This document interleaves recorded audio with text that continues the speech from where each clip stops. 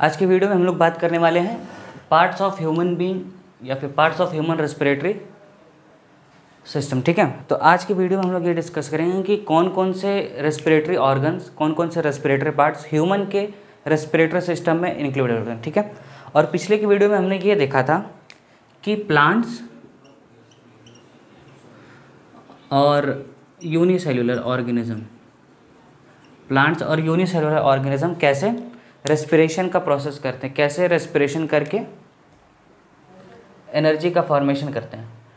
अब तक की वीडियो में हमने यही देखा था, प्लांट्स और यूनिसेल्युलर के बारे में देखा था। प्लांट्स में हमने नॉर्मल प्लांट की बात की थी, ठीक है, कोई पर्टिकुलर प्लांट का नाम नहीं था। लेकिन यूनिसेल्युलर ऑर्गेनिज्म में हमने अमीबा के बारे में देखा था, ठीक है।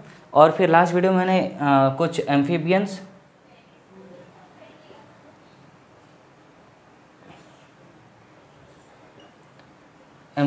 और फिश के भी रेस्पिरेटरी ऑर्गन के बारे में बताया था कि एम्फीबियन के पास ये अपने स्किन से भी क्या करते हैं, रेस्पिरेशन का प्रोसेस परफॉर्म करते हैं, और प्लस गिल्स के साथ भी, ठीक है, लंग्स के साथ, ठीक है।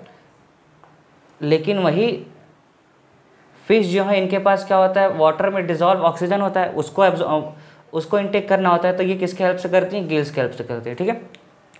तो आज हम लोग देखेंगे ह्यूमन बीइंग के बारे में, ठीक है, ह्यूमन बीइंग के रेस्पिरेटरी ऑर्गन्स के बारे में। तो आपके सामने एनसीईआरटी का एक डायग्राम है ह्यूमन रेस्पिरेटरी सिस्टम का, ठीक है। देखिए, ह्यूमन रेस्पिरेटरी सिस्टम जैसे यूनिसेलुलर ऑर्गेनिज्म में क्या था कि डिफ्यूज़न के वजह से हो जा रहा था, क्योंकि बॉडी का साइज होता क्या था, सिंगल सेल से बना था, जिससे क्या हो रहा था कि डिफ्यूज़न का प्रोसेस आसानी से, ये सिंगल सेल है, ऑक्सीजन यहाँ प्रेजेंट है, ये बॉडी में आया, यहाँ से यहाँ स्प्रेड कर जाएगा, पूरे बॉडी में क्या हो जाएगा, स्प्रेड हो जाएगा, हर जगह से ऑक्सीजन हो लेकर के। लेकिन अब यहाँ पे ह्यूमन बीइंग में क्या है कि बॉडी मल्टी सेलुलर से मिलके बनी है, यहाँ पे डिफ्यूज़न का प्रोसेस पॉसिबल है नहीं, इसलिए यहाँ पे डिफ्यूज़न होगा, लेकिन एक सिस्टमेटिक वे में होगा, ठीक है। इसके लिए बहुत मतलब मल्टीपल्स ऑर्गन्स क्या होती हैं, इन्वॉल्व होती है, ठीक है। इसके लिए ह्यूमन के रेस्पिरेटरी सिस्टम के लिए मल्टीपल्स ऑफ ऑर्गन्स इन्वॉल्व होती हैं। तो देखते हैं, जो रेस्पिरेटरी ऑर्गन्स हैं वो आपका स्टार्ट होगा किससे, नॉस्ट्रिल से, ठीक है, स्टार्ट होगा नॉस्ट्रिल से और ख़त्म होगा कहाँ, ख़त्म होगा एल्वियोलर सैक्स, यहाँ पे आके ख़त्म होगा। इसके बीच में और भी ऑर्गन्स इन्वॉल्व है। देखिए यहाँ पे ये जो पोर्शन है, नोज़ की जो ओपनिंग होती है, नोज़ की ओपनिंग जो होती है वो होती है नॉस्ट्रिल, वो क्या होती है, नॉस्ट्रिल, ठीक है। तो इसके बारे में यहाँ लिख देता हूँ, ओपनिंग ऑफ नोज़, नॉस्ट्रिल को हम लोग क्या बोलते हैं, ओपनिंग ऑफ नोज़। अगर आप इनकेस नोज़ भी लिख देते हैं कि नोज़ यहाँ पे, तो नोज़ भी क्या यहाँ पे इन्वॉल्व है, ठीक है, ठीक। लेकिन यहाँ देखिए, यहाँ से ऑक्सीजन एंटर करे, मतलब एयर एंटर करे, या फिर माउथ से एयर एंटर करे, ये दोनों आके मिल यहाँ पे रहे हैं ना, तो यहाँ पे हम यहाँ पे ये भी लिख सकते हैं, nostrils and mouth. Ultimately nose and mouth क्या है आपका, सबसे पहले स्टार्टिंग इनमें से होगा, नोज़ से या फिर माउथ से। इन दोनों की वजह से क्या होगा, एयर एंटर करेगा बॉडी में, ठीक है।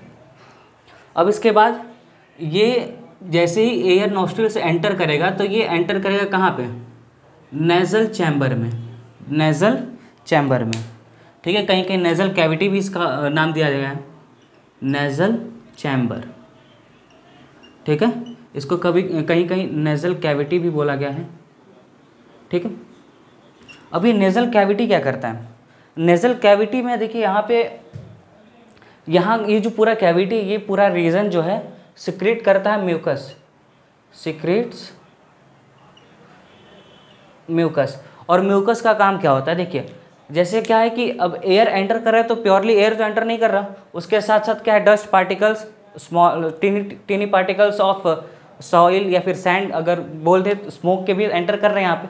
तो ये म्यूकस सिक्रेट करके क्या होता है, ये म्यूकस क्या करता है कि उनको, जैसे मान लीजिए म्यूकस है, तो ये डस्ट के पार्टिकल्स को क्या करता है, अपने पे एब्जॉर्ब कर लेता है, ठीक है, एब्जॉर्ब कर लेता है, ठीक। और नॉस्ट्रिल में आपके देखते हैं, नोज़ में आपके हेयर्स होते हैं, ये क्या करते हैं, जो बिग पार्टिकल्स होते हैं, बिग पार्टिकल्स, उनको बॉडी में एंटर ना करे, उससे क्या करते हैं, बिग पार्टिकल से क्या करते हैं, ये प्रोटेक्ट करते हैं।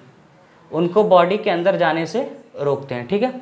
तो आपने ये देखा नॉस्ट्रिल, नॉस्ट्रिल के बाद नॉस्ट्रिल में आपके प्रेजेंट होते हैं क्या, नोज़ के हेयर्स, जो कि किसको मतलब बिग पार्टिकल जो हैं उनको बॉडी के अंदर जाने से प्रोटेक्ट करते हैं। फिर इसके बाद नेज़ल चैम्बर, नेज़ल चैम्बर का क्या काम है, ये सिक्रेट करता है म्यूकस, जो कि क्या करता है, जो नोज़ के हेयर से पार्टिकल्स बच के चले गए आगे, ठीक है, बॉडी के अंदर एंटर करने के लिए आ गए, तो ये नेज़ल चैम्बर के म्यूकस की वजह से क्या हो जाता है, वहाँ पे एब्जॉर्ब हो जाता है, ठीक है, स्टक हो जाता है, चिपक जाता है, ठीक। अब इसके बाद नेज़ल चैम्बर के बाद आपको याद होगा एलिमेंट्री कैनाल जब हम लोग पढ़ रहे थे कि माउथ कैविटी की पाइप और नेज़ल चैम्बर नेज़ल चैम्बर की पाइप, ठीक है, ये दोनों एक जगह मिलती हैं तो फिर बनाती क्या है, ये दोनों एक जगह मिलती हैं तो बनाती क्या, देखिए यहाँ मिली यहाँ तक है ना, इस रीजन को हम लोग क्या बोलते हैं, इस रीजन को हम लोग बोलेंगे फेरिंग्स, क्या बोलेंगे, फेरिंग्स, ठीक है। अब ये रीजन क्या है, इस रीजन की खासियत ये है कि एयर पाइप और फूड पाइप ये दोनों क्या होती हैं, यहाँ पे मिक्सअप होती हैं, ठीक है, एक ही जगह इन दोनों का क्या है, जंक्शन है, इस जंक्शन को हम लोग क्या बोलते हैं, फेरिंग्स बोलते हैं, ठीक है। तो यहाँ पे दूसरे के बाद तीसरा इन्वॉल्व करते हैं फेरिंग्स, ठीक है। अब फेरिंग्स के बाद एक पाइप आया, ये देखिए यहाँ पे ये बॉक्स लाइक स्ट्रक्चर है, ठीक है, इसको हम लोग बोलते हैं लैरिंग्स, इसको हम लोग बोलेंगे लैरिंग्स। अब लैरिंग्स को हम लोग वॉइस बॉक्स भी बोलते हैं, वॉइस बॉक्स। यहीं से क्या होता है, यहीं पे इसी एयर के वजह से, इस मतलब एयर के अंदर और बाहर जाने की वजह से यहाँ पे हम लोग के प्रेजेंट होता है वॉइस बॉक्स, जो कि हेल्प करता है हम लोग को बोलने में, ठीक है। अगर ये वॉइस बॉक्स नहीं रहेगा तो फिर हम लोग बोलने में असमर्थ है, ठीक है। फेरिंग्स के बाद आपका चौथा क्या आ जाएगा, लैरिंग्स। बच्चे कंफ्यूज रहते हैं लैरिंग्स और फेरिंग्स में, तो लैरिंग्स को याद करने का तरीका देखिए, एल फॉर लैंग्वेज, लैंग्वेज। अब लैंग्वेज बोलने के लिए हम लोग को क्या मतलब, लैंग्वेज का यूज़ करने के लिए हमको बोलना पड़ेगा, तो अब इसे याद कर लेंगे कि लैरिंग्स का काम है बोलने का, ठीक है, वॉइस बॉक्स का काम है बोलने में, क्या बोलने में, लैंग्वेज बोलने में, ठीक है। ये ऐसे ट्रिक है, एज एल फॉर लैंग्वेज है, एल फॉर लैरिंग्स याद कर लीजिए, ठीक। अब उसके बाद लैरिंग्स के बाद पाँचवा नंबर आएगा आपका ट्रैकिया, ट्रैकिया। अब ये ट्रैकिया को हम लोग बोलते हैं विंड पाइप या फिर एयर पाइप, एयर और विंड पाइप, ठीक। अब यहाँ पे क्या है कि यहाँ पे जो हमने एयर इनहेल किया, ठीक है, अब ये एयर क्या करेगा, फेरिंग से होते हुए, लैरिंग से होते हुए कहाँ पहुँचेगा, ट्रैकिया में, ठीक है। अब यहाँ पे, अब इस रीजन में एक चीज़ यहाँ पे छूट गया, आपको याद होगा फेरिंग्स के यहाँ पे, जैसे मैंने एलिमेंट्री कैनाल में बताया था, ये दो पाइप है, ये आगे वाला ईसोफेगस और ये पीछे वाला मान लीजिए क्या है आपका, ट्रैकिया, ट्रैकिया के लिए पाइप जा रहा है, ठीक है। तो इन दोनों के बीच में प्रेजेंट क्या होगा, एक बैरिकेटर या फिर गेट प्रेजेंट होगा, जिसको हम लोग बोलते हैं एपिग्लॉटिस। अब ये एपिग्लॉटिस क्या करता है, ये एपिग्लॉटिस फूड के पार्टिकल्स को, जैसे ये बोलस है तो ये बोलस को अलाउ करता है कि आप ईसोफेगस में ही जाओ, ट्रैकिया में मत जाओ, ठीक है। ये एपिग्लॉटिस का काम क्या है कि फूड का जो पार्टिकल है उसको कहाँ भेजे, ईसोफेगस में, और एयर का जो पार्टिकल वो कहाँ जाए, ट्रैकिया में, ठीक है। और जो ट्रैकिया है ये कवर्ड होती है एक शीट से, जिसको हम लोग बोलते हैं ग्लॉटिस, ठीक है। अब इसके बाद ट्रैकिया जो, अब देखिए ट्रैकिया प्लेन पाइप जैसे नहीं होती, ठीक है, प्लेन पाइप जैसे नहीं होती है। ट्रैकिया के जैसे मान लीजिए ये ट्रैकिया का पाइप है, तो इसके पास प्रेजेंट होते हैं रिंग्स ऑफ कार्टिलेज, ये प्रेजेंट होते हैं रिंग्स ऑफ कार्टिलेज। यहाँ पे देखिए, यहाँ पे कार्टिलेजनस रिंग टाइप मैंने बनाया है। अब इनका क्या काम है, जैसे ट्रैकिया है तो इसको हम लोग बोलेंगे रिंग्स ऑफ कार्टिलेज। अब इससे क्या होगा कि जब एयर अंदर आएगा और जब एयर बाहर जाएगा तो एक एयर प्रेशर क्रिएट होगा। तो अब ये रिंग्स ऑफ कार्टिलेज क्या करेंगे कि एयर प्रेशर की वजह से पाइप सिकुड़े ना, आपस में चिपके ना, इसलिए इसको क्या करेंगे, ऐसे सस्टेन किए रहेंगे। रिंग्स ऑफ कार्टिलेज का यही काम है कि इस ट्रैकिया के पाइप को क्या किए रहना, फैला ही रखना, ठीक है, स्प्रेड ही किए रखना, चिपकने नहीं देना, ठीक है। अब ट्रैकिया के आगे यहाँ पे लिख दें हैव रिंग्स ऑफ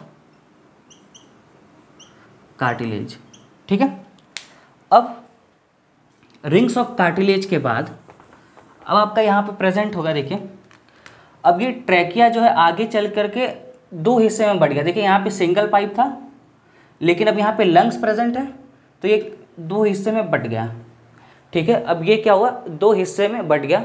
अब ये दो हिस्से में जो बटा है इसको हम लोग बोलते हैं ब्रोंकाई। क्या बोलते हैं, ब्रोंकाई। ब्रोंकाई क्या है,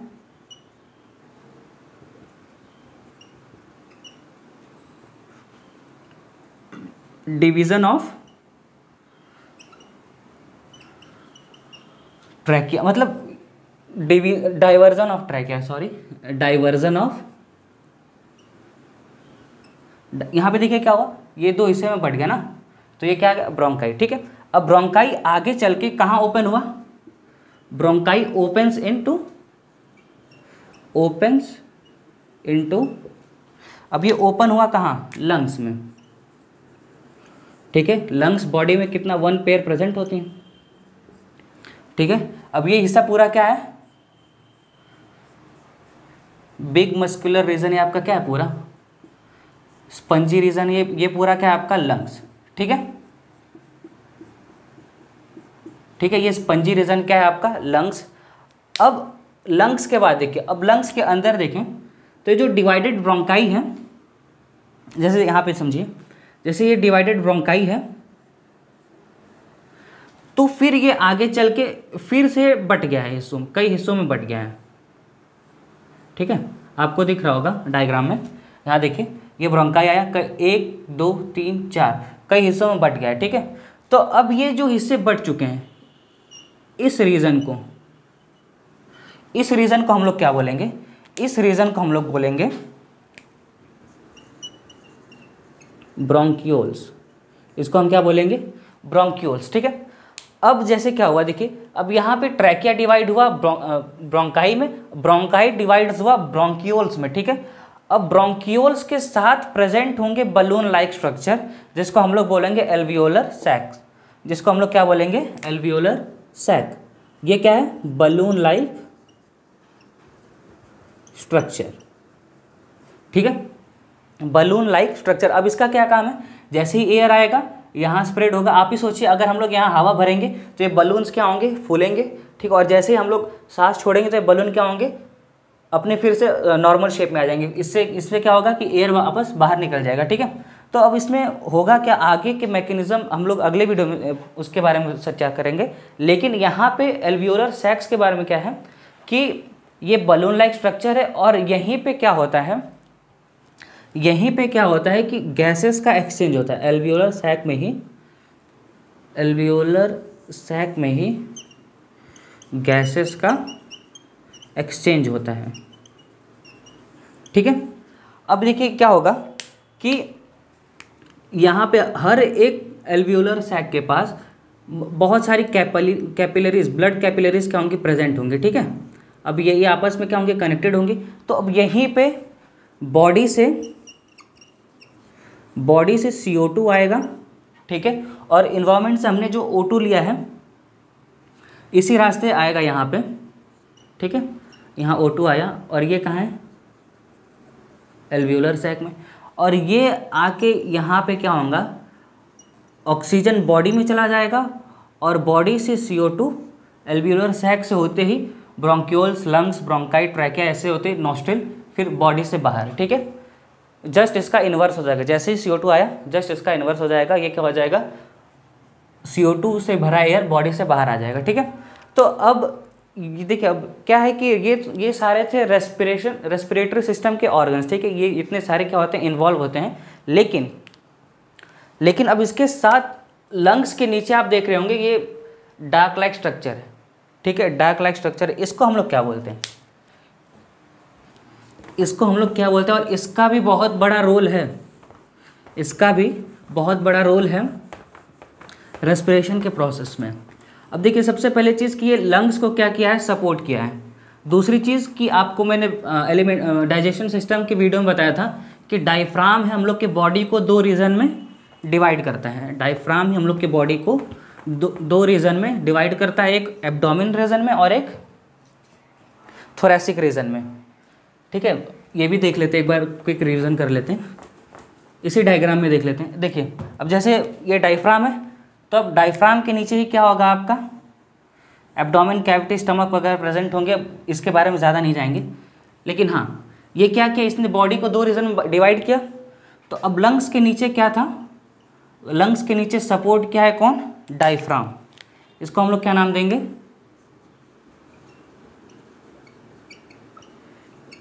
डायफ्राम। ठीक है, अब देखिए, अब ऐसे तो हमने लीनियरली लाइनिंग कर लिया, मतलब नेमिंग कर लिया था, लेकिन यहाँ भी नेमिंग कर देते हैं। ये लैरिंग्स, फिर ये पूरा रीजन आपका क्या है, ट्रैकिया। ठीक है, ट्रैकिया के पास क्या प्रेजेंट होता है, कार्टिलेजिनस रिंग। ठीक है, अब फिर ये फर्दर ट्रैकिया क्या है, दो हिस्से में बट गया है, और इसको हम लोग बोलते हैं ब्रोंकाई। और फिर ब्रोंकाई हिस्सों में बट गया है, इसको हम बोलेंगे ब्रोंक्यूल्स। और ठीक है, अब ब्रोंक्यूल से ही क्या लगे हैं यहाँ पे, ब्रोंक्यूल से बलून लाइक स्ट्रक्चर है जिसको हम लोग बोलेंगे एल्वियोलर सैक। ठीक है, तो ये थे आपके क्या रेस्पिरेटरी ऑर्गन्स। ठीक है, और देखिए अब इस लंग्स को प्रोटेक्ट करने के लिए, इस लंग्स को प्रोटेक्ट करने के लिए रिब केज प्रेजेंट होता है बॉडी में, रिब केज। ठीक है, अब इसका क्या काम है, इसका रिब केज का काम है प्रोटेक्ट करना किसको किसको, लंग्स को, हार्ट को। ठीक है, और प्रिवेंट करता है किससे, शॉक से। ठीक है, अब जब आगे हम लोग पढ़ेंगे मैकेनिज्म कि कैसे इसमें गैसेस का एक्सचेंज होता है, तो उसके बारे में हम लंग्स के बारे में और लंग्स की कैविटी और इस सब के बारे में क्या करेंगे, अच्छे से डिटेल से क्या करेंगे, पढ़ेंगे। लेकिन आज के बस वीडियो में बस इतना ही कि नॉर्मल जो ऑर्गन्स इन्वॉल्व होते हैं रेस्पिरेटरी सिस्टम में, ये कुछ इस प्रकार थे। ठीक है, और ये फंक्शन और जो एयर का पैसेज होता है, एग्ज़ाम में अगर आपको रेस्पिरेटरी सिस्टम आता है तो फिर आपको क्या करना है, एयर के पैसेजेस जो हैं उसको जैसे जैसे यहाँ पे ऑर्गन्स इन्वॉल्व है वैसे अरेंज करना होता है। अगर आपने क्या किया, ब्रोंकाई की जगह ब्रोंक्यूल्स लिख दिया कन्फ्यूज़न में आके, लैरिंग्स की जगह फेरिंग्स लिख दिया, तो ये गलत हो जाएगा। ठीक है, तो उससे बचने के लिए आपको क्या करना होगा, एक बार इस डायग्राम को अच्छे से एनसीईआरटी की बुक में या फिर इस वीडियो के माध्यम से क्या करिए, अच्छे से समझ लीजिए। ठीक, जिससे क्या हो कि एयर के पैसेजेस में कोई आपको गड़बड़ी ना हो। ठीक है, समझने में और लिखने में भी कोई गड़बड़ी नहीं हो। ठीक है, तो आज की वीडियो में बस इतना ही, मिलते हैं अगले वीडियो में, और हमारा अगला वीडियो होगा mechanism of respiration in human being. तब तक के लिए धन्यवाद।